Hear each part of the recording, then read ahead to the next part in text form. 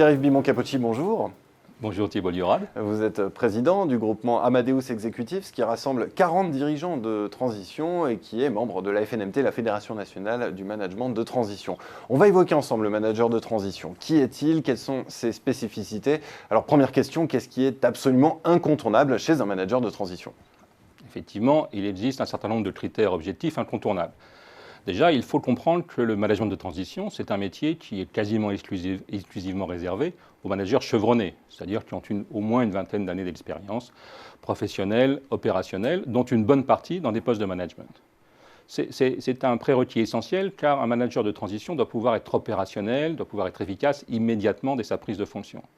Il doit donc être surdimensionné par rapport à la mission demandée pour maximiser les chances de succès, en plus, bien évidemment, d'être mobile et d'être disponible immédiatement. Plus précisément, qu'est-ce qui doit figurer impérativement sur un bon CV de manager de transition? Nous considérons que ce qui est déterminant avant tout, c'est la variété des expériences. Le manager de transition doit avoir exercé ses talents de management dans plusieurs entreprises et idéalement dans des secteurs variés et différents.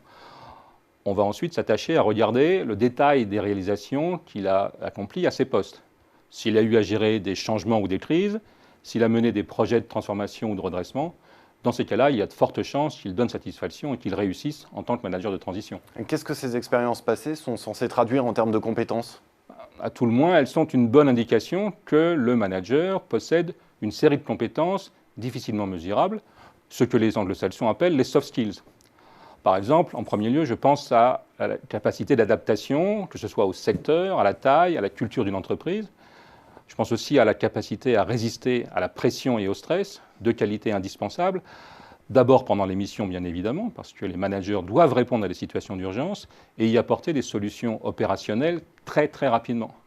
Mais c'est aussi indispensable entre les missions, car à la fin de sa précédente mission, le manager n'a pas de visibilité sur le début de sa prochaine mission. Alors, puisque nous en sommes sur ces soft skills, est-ce que vous pouvez nous esquisser un portrait rapide du manager de transition en ce qui concerne sa personnalité? Alors, nous considérons que d'abord et avant tout, le manager de transition doit être un leader. Il doit avoir cette capacité à mobiliser, à entraîner, à enthousiasmer les équipes de l'entreprise dans laquelle il réalise sa mission.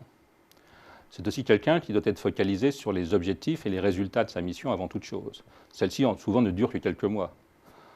On peut dire aussi qu'il se caractérise par le parler vrai.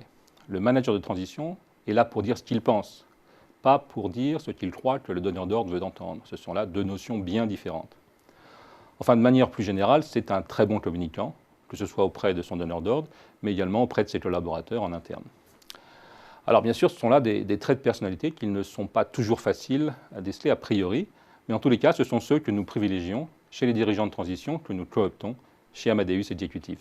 Eh bien, merci Pierre-Yves Bimon-Capocci pour cette présentation du manager de transition. Merci beaucoup. Merci à vous.